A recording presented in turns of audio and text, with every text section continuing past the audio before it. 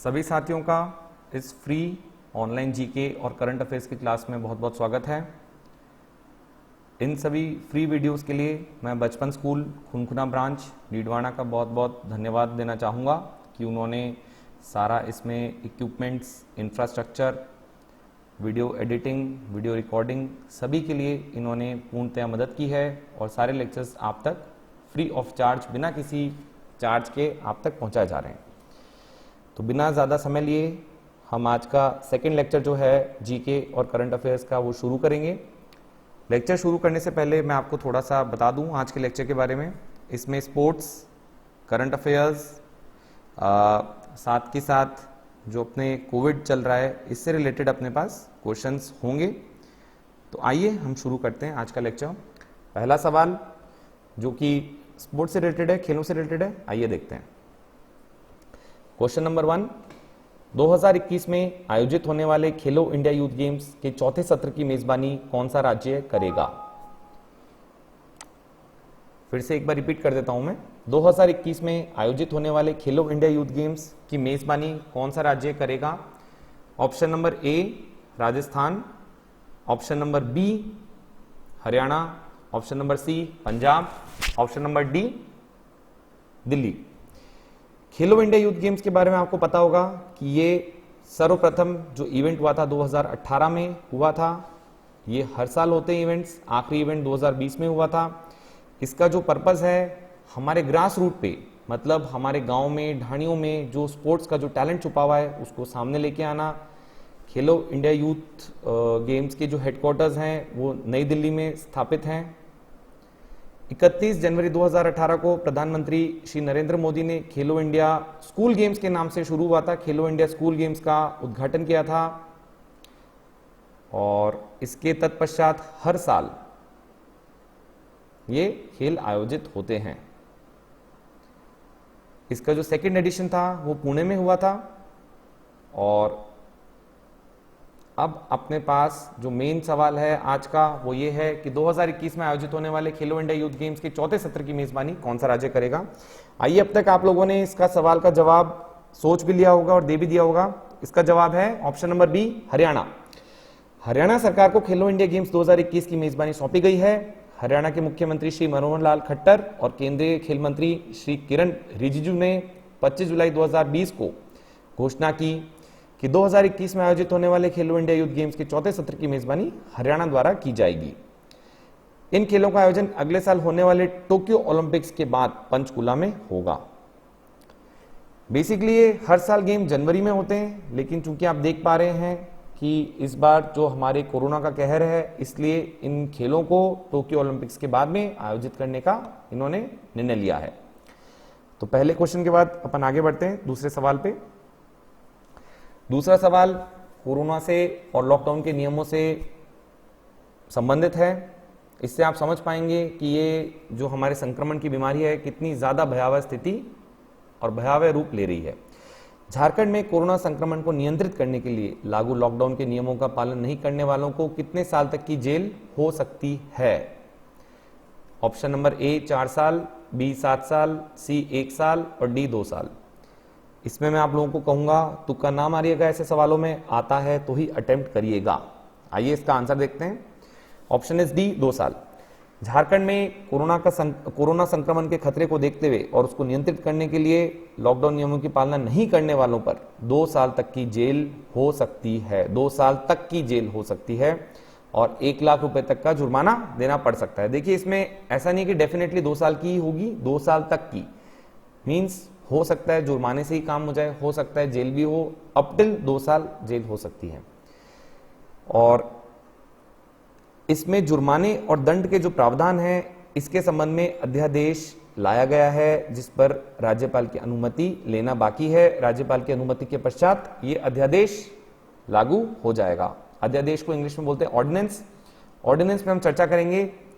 एक हम इसके ऊपर कोई ना कोई सवाल रखेंगे जिसमें आपको ऑर्डिनेंस क्या होता है, बिल, एक्ट क्या होते हैं, उसके बारे में आपको थोड़ा सा हम डिटेल जानकारी देंगे। इसके साथ हम आगे बढ़ते हैं अगले क्वेश्चन नंबर 3 पर। भारत और किस देश ने साइबर हमलों से निपटने के लिए सहयोग बढ़ाने के लिए एक समझौते पर हस्ताक्षर किए हैं? ऑप्शंस हैं option number A Nepal, B China चीन, सी रूस और डी इजराइल। तो भारत ने किस देश के साथ ऐसा समझौता किया है जिसमें मिलजुल के साइबर हमलों से निपटा जाएगा?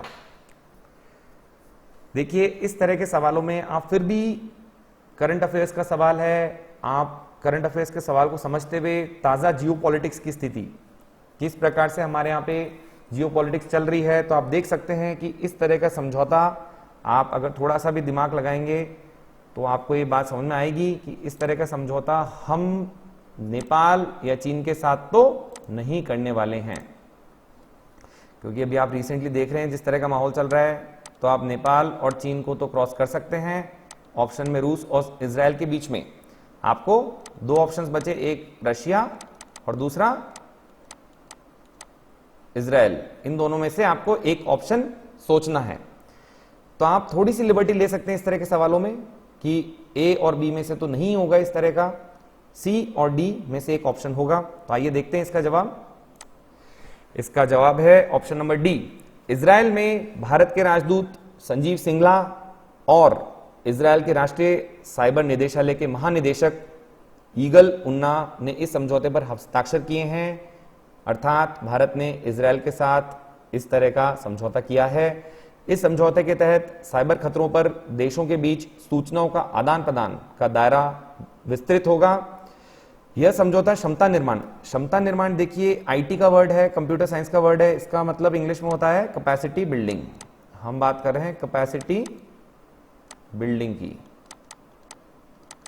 Capacity building.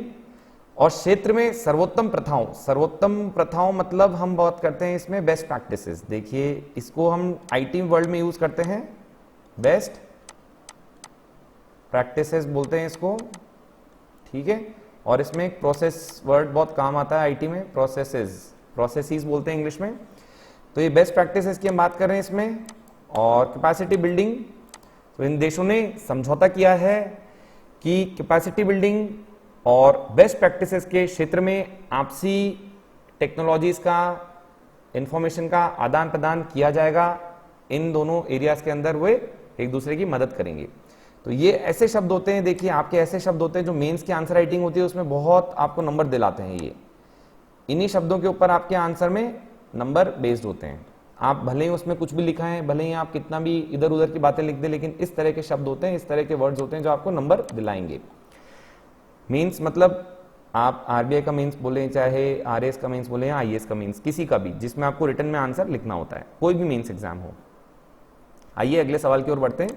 Question number 4, FIFA football के रिलेटेड है। फीफा ने घोषणा की, उसकी घोषणा के अनुसार 2022 का विश्व कप किस देश में आयोजित किया जाएगा?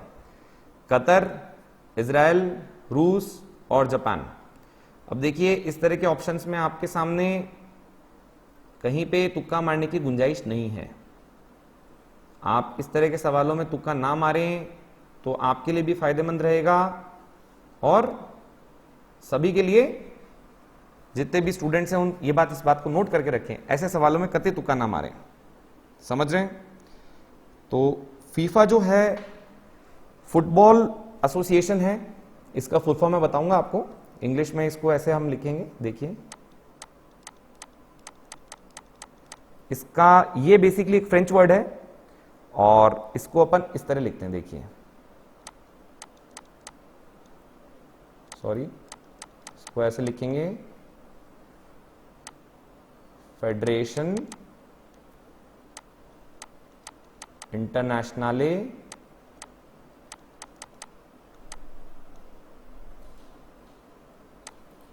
द फुटबॉल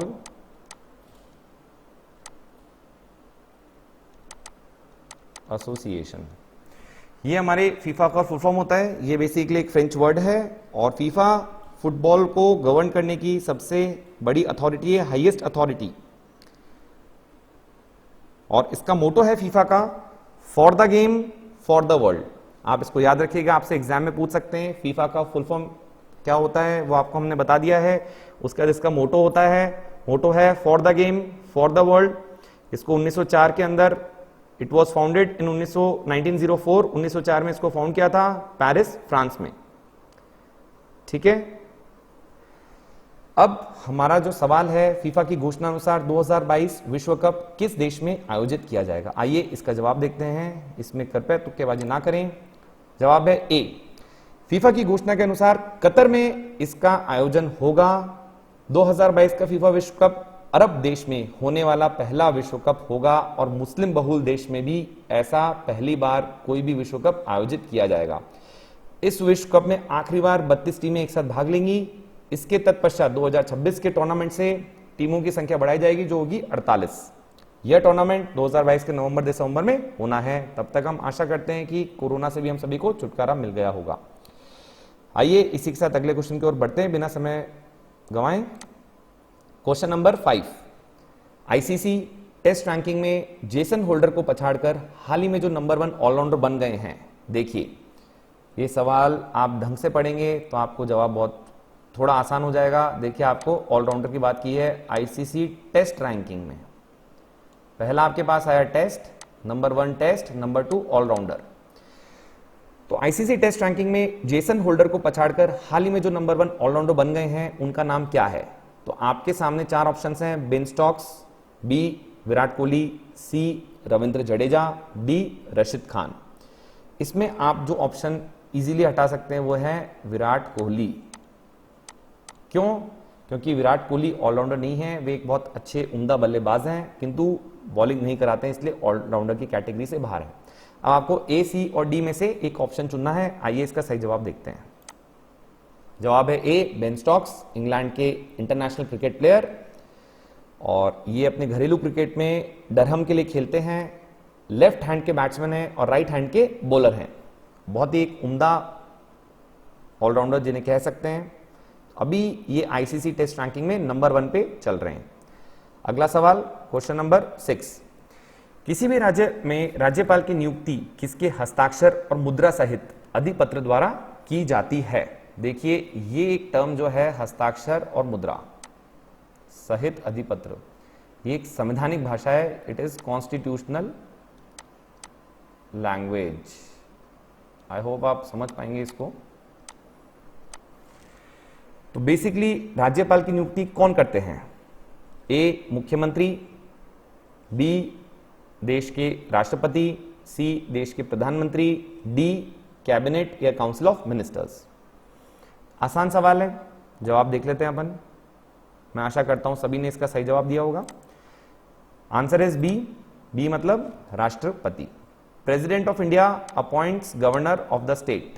तो सही जवाब है राष्ट्रपति। आइए नेक्स्ट क्वेश्चन,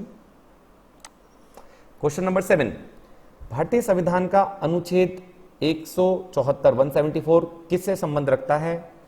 थोड़ा सा टिपिकल सवाल, थोड़ा सा टफ सवाल। जिस किसी ने संविधान को बहुत अच्छे से पढ़ा होगा, इसका गहन अध्ययन किया होगा, वो इसको आसानी से इसका जवाब दे देंगे। चूंकि ये अभी हमारे रिसेंट टाइम्स में करंट अफेयर्स में बहुत ज्यादा हमने राज्यपाल, राज्य के राज्यपाल की भूमिका, विधानसभा को बुलाने की, सत्र बुलाने की भूमिका हमने रिसेंटली राजस्थान में भी हमने बहुत अच्छे से पढ़ भी रहे हैं, रोज देख रहे हैं। तो ये इसलिए सेक्शन 174 कॉन्स्टिट्यूशन ऑफ इंडिया का, sorry article 174 constitution of India का काफी महत्व रखता है। इसके ऑप्शंस हैं, ऑप्शन नंबर ए, राज्य के विधानमंडल की सदस्यता के लिए अर्हता। ऑप्शन नंबर बी, राज्य के विधानमंडल के सत्र और सत्रावसान और विघटन। ऑप्शन नंबर सी, सदन और सदनों में अभिभाषण का और उनको संदेश भेजने का राज्यपाल का अधिकार। ऑप्शन नंबर डी, राज्यपाल का विशेष अभिभाषण। थोड़ा सा टिपिकल, लेकिन जिस किसी ने भी न्यूज़पेपर करंट अफेयर्स पढ़े होंगे वो आसानी से इस सवाल का जवाब दे देंगे। आइए इसका जवाब देखते हैं। इसका जवाब है option number B. This is the right answer. Check कर लेते हैं। यस, ऑप्शन बी, राज्य के विधानमंडल। विधानमंडल मतलब विधानसभा या विधान परिषद, इसको मिक्स करके बोलते हैं विधानमंडल। जैसे पार्लियामेंट होता है लोकसभा प्लस राज्यसभा का मिक्सचर, उसी तरह से हम विधानमंडल की बात करते हैं। कुछ राज्यों में विधान परिषद भी होती है। तो राज्य के विधानमंडल के सत्र, सत्रावसान और विघटन से संबंधित जो बात है वो आर्टिकल 174 कॉन्स्टिट्यूशन ऑफ इंडिया में दी गई हैं। देखिए रिसेंटली न्यूज में कहा था, आइए इसको भी देखते हैं। रिसेंटली न्यूज में यहां था अनुच्छेद 174 बना धुरी सत्ता के संग्राम में राजस्थान की। अनुच्छेद 174 के तहत राज्यपाल के पास समय समय पर राज्य के विधानमंडल के प्रत्येक सदन की बैठक, देखिए विधानमंडल के प्रत्येक सदन, समझ रहे हैं, की बैठक स्थिति के मद्देनजर बुलाने का अधिकार है। लेकिन इसमें पिछले सत्र की अंतिम बैठक, देखिए इसमें पिछले सत्र की अंतिम बैठक और आगामी सत्र की पहली बैठक के बीच 6 माह की अवधि से अधिक अंतर नहीं होना चाहिए। मैक्सिमम जो अंतर होगा वो 6 माह का हो सकता है। हालांकि इसे लेकर जुलाई 2016 में सुप्रीम कोर्ट के 5 जजों की पीठ ने संविधान के अनुच्छेद 174 के प्रावधान की समीक्षा करते हुए एक अहम फैसला किया था, जिसमें राज्यपाल सदन की कार्रवाई को रोक सकते हैं, सलाह दे सकते हैं और सदन को भंग भी कर सकते हैं। लेकिन ऐसा केवल मुख्यमंत्री और मंत्रिपरिषद की सहायता और सलाह पर ही किया जा सकता है। राज्यपाल स्वयं से ऐसा कोई फैसला नहीं कर सकते हैं। ये बड़ा ही एक अहम बिंदु है यहाँ पे। ये काफी इंपॉर्टेंट जो डिसीजन दिया था सुप्रीम कोर्ट ने, ये एक इंपॉर्टेंट पॉइंट आप इसको नोट करिएगा। तो ये है अपना आर्टिकल 174। साथ ही आपको ये बताया राज्यपाल के अधिकार, अनुच्छेद 174 के अनुसार राज्यपाल मंत्रिमंडल की सिफारिश मानने के लिए बाध्य हैं। उन्हें मंत्रिमंडल की सिफारिश माननी पड़ेगी। हालांकि राज्यपाल को अधिकार है कि वह मंत्रिमंडल को उसकी सिफारिश पुनर्विचार के लिए लौटा दें। लेकिन यदि मंत्रिमंडल किसी विषय पर दूसरी बार सिफारिश भेजे तो राज्यपाल को निर्णय करना ही होगा। हालांकि इसमें भी क्लॉज है, इसमें यह तय नहीं है कि राज्यपाल कब तक निर्णय देंगे, उसमें कोई समय सीमा तय नहीं है। ये एक और अपने सामने क्वेश्चन मार्क एक बिंदु आ गया है, इंपॉर्टेंट। ये भी आप देखिएगा, this is also very important point. इसमें यहाँ पे राज्यपाल के पास कोई समय सीमा तय नहीं की गई है कि कब तक वे इसमें विचार करके बताएंगे। ये इंपॉर्टेंट पॉइंट है, ये वाला देखिए यहाँ पे, ये वाला पॉइंट काफी इंपॉर्टेंट है। तो इसके साथ ही आपने काफी कुछ आर्टिकल 174 अनुच्छेद 174 के बारे में सीख समझ लिया। अब हम अगले सवाल क्वेश्चन नंबर 8 पे जाते हैं। ये कृषि से रिलेटेड है, मानसून से रिलेटेड है। अच्छे मानसून के कारण इस वर्ष भारत में ज्यादा क्षेत्रफल में खेती हो रही है। ये आपने पढ़ा भी होगा, देखा भी होगा टीवी में। पिछले वर्ष के मुकाबले इस वर्ष बुआई के रकबे में, रकबा मतलब एरिया, क्षेत्रफल, बुआई के क्षेत्रफल में कितने प्रतिशत की वृद्धि हुई है। ये हम पूरे नेशनल लेवल की बात कर रहे हैं, पूरे इंडिया लेवल की बात कर रहे हैं। देखिएगा आप इसमें, यहां पर ये जो हम कितने प्रतिशत की वृद्धि हुई है, ये हम पूरे नेशनल लेवल, इंडिया लेवल की बात कर रहे हैं। नॉट जस्ट राजस्थान, ना ही किसी जिले की बात कर रहे हैं, पूरे देश की बात कर रहे हैं। इसमें हम पूरे देश की बात कर रहे हैं।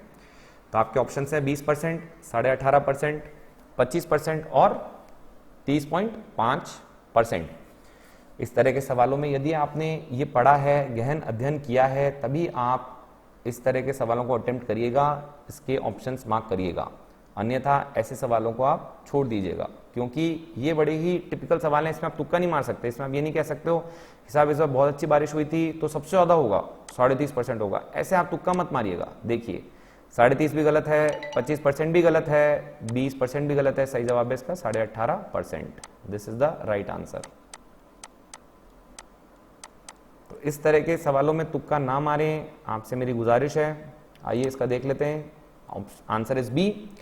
देखिए यहाँ पे आपको क्लियर बता रखा है, बुआई का रकबा 18% बढ़ा। और आप थोड़ा सा आगे जाएंगे तो पिछले साल की इसी अवधि के मुकाबले 18.5% हमारा जो रकबा है 18.5% बढ़ गया है।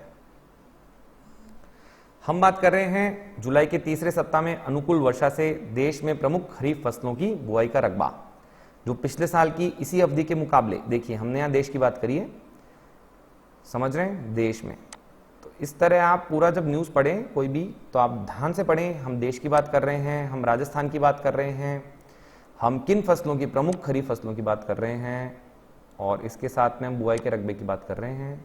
और हम बात कर रहे हैं जुलाई के तीसरे सप्ताह को, पिछले साल जो था उसकी बात कर रहे हैं। अब ये जो हमारे पास जो आंकड़े आते हैं, ये कृषि मंत्रालय, जो कि एक ऑफिशियल आंकड़ों का सोर्स माना जाता है, कृषि मंत्रालय के ताजा आंकड़ों में ये जानकारी दी है। देखिए, आप किसी और आंकड़ों पे विश्वास ना करें, केवल सरकार द्वारा दिए गए आंकड़ों पे विश्वास करें।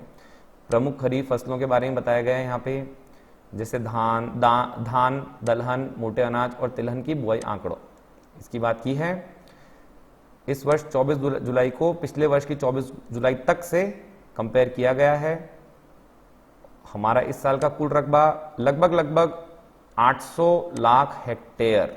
हमेशा हम जनरली लाख हेक्टेयर में बात करते हैं। इस साल 24 जुलाई तक लगभग हमारा कितना हो गया, 800 लाख हेक्टेयर। हेक्टेयर्स आप लोगों को आइडिया होगा, जो आर्ट्स बैकग्राउंड से उनको बता दूं, एक हेक्टेयर में 10,000 स्क्वायर मीटर होते हैं। 10,000 स्क्वायर मीटर मतलब एक हेक्टेयर मतलब कितना हो गया आपके पास, लगभग नहीं एग्जैक्टली 10,000 स्क्वायर मीटर मतलब 100 मीटर इंटू 100 मीटर। आप इस तरह से एक खेल मैदान सोच सकते हैं, जो 100 मीटर लंबाई और 100 मीटर चौड़ाई का एक खेल मैदान है, वो एक हेक्टेयर हो गया। पिछले साल इसी दौरान खरीफ सत्र में 675 लाख हेक्टेयर के आसपास का रकबा बुआई में था। तो आप इस तरह से न्यूज को थोड़ा सा एनालाइज करें, इस तरह से उसको मार्क करें न्यूज़पेपर में, तो इससे आपको चीजें बहुत अच्छे से आप इनको एनालाइज कर पाएंगे और जवाब देने में आपको कोई गलती नहीं होगी। छोटी छोटी अपन सिली मिस्टेक्स जिससे कहते हैं वो नहीं होंगी। आइए अगला सवाल, क्वेश्चन नंबर 9। किस आईआईटी संस्थान ने इंक्यूबेटेड स्टार्टअप के साथ मिलकर एक पोर्टेबल हॉस्पिटल यूनिट तैयार किया है? पोर्टेबल हॉस्पिटल यूनिट कोविड में बहुत इंपॉर्टेंट है। ऑप्शन है आपके, ए आईआईटी मद्रास मतलब IIT Chennai, B IIT Bombay, C IIT Delhi, D IIT Kharagpur. Again इस तरह के सवालों में तुक्के नहीं चलेंगे, ऑप्शन का आंसर देखते हैं। Answer is a means IIT Chennai. IIT Chennai is the right answer. देखिए, ठीक है। आइए आज के लेक्चर का लास्ट क्वेश्चन देखते हैं अपन, कोरोना से रिलेटेड, काफी जरूरी। किस थेरेपी से कोरोना के गंभीर मरीजों के बचने की संभावना 5 गुना बढ़ गई है? लगभग 5 गुना बढ़ गई है। इस थेरेपी को चीन, यूरोप, अमेरिका, इजराइल और स्पेन सहित 60 से ज्यादा देशों में 60 से ज्यादा क्लिनिकल ट्रायल्स जारी हैं। मतलब मेनली आपको थेरेपी का नाम बताना है। ऑप्शंस बड़े आसान दे रखे हैं, stem tissue therapy, stem organ therapy, stem cell therapy और स्टेम न्यूक्लियाई थेरेपी। बहुत आसान ऑप्शंस हैं। इस थेरेपी की वजह से लगभग कोरोना पॉजिटिव पेशेंट्स जो बहुत सीरियस हैं उनके बचने की संभावना 5 गुना तक बढ़ गई है। और थेरेपी अनेकों देशों में इसके 60 से अधिक क्लिनिकल ट्रायल्स जारी हैं। वेरी इंपॉर्टेंट क्वेश्चन, आइए इसका जवाब देखते हैं। आंसर इज सोचिए सी। बाकी सब गलत जवाब हैं, ये भी गलत। Answer is C is the right answer. काफी इजी सवाल था मेडिकल के स्टूडेंट्स के लिए। Answer is C. देखिए, ये अपने इस तरह से न्यूज में आया था, ये क्लियर एकदम आपको सामने के सामने बिना किसी डाउट के। दुनिया भर में बताया गया है यहाँ पे, दुनिया भर में 60 से अधिक क्लिनिकल ट्रायल्स जारी हैं। स्टेम सेल थेरेपी से कोरोना के गंभीर मरीजों का जीवन बचने की संभावना ज़्यादा। और इसमें आपको ये देखिए, यहाँ पे आपको मरीजों के जीवित रहने की दर को 5 गुना बढ़ा दिया है। स्टेम सेल थेरेपी ने गंभीर कोविड मरीजों के जीवित रहने की दर को 5 गुना बढ़ा दिया है। चीन, अमेरिका, यूरोप, इजराइल और स्पेन सहित विश्व में इस थेरेपी को लेकर 60 से ज़्यादा क्लिनिकल ट्रायल जारी हैं। अधिकतर मरीजों में परीक्षण भी है, कामयाब रहा है। डॉक्टरों के अनुसार यदि फेफड़ों को कोरोना वायरस के प्रभाव से बचा लिया जाए या क्षति को सीमित कर उसमें सुधार किया जाए तो मरीजों को बचाने की संभावनाएं कई गुना बढ़ जाएंगी। इसी के साथ आज का हमारा लेक्चर खत्म। हमारे 10 सवाल हमने खत्म कर लिए। मैं ऐसी आशा करता हूं आप सभी ने इन 10 सवालों के सही जवाब दिए होंगे और आप इसी तरीके से नियमित रूप से न्यूज़पेपर और ज्ञानवर्धक मैगजीन्स पढ़ रहे होंगे। बहुत बहुत धन्यवाद। मिलते हैं अगले लेक्चर में।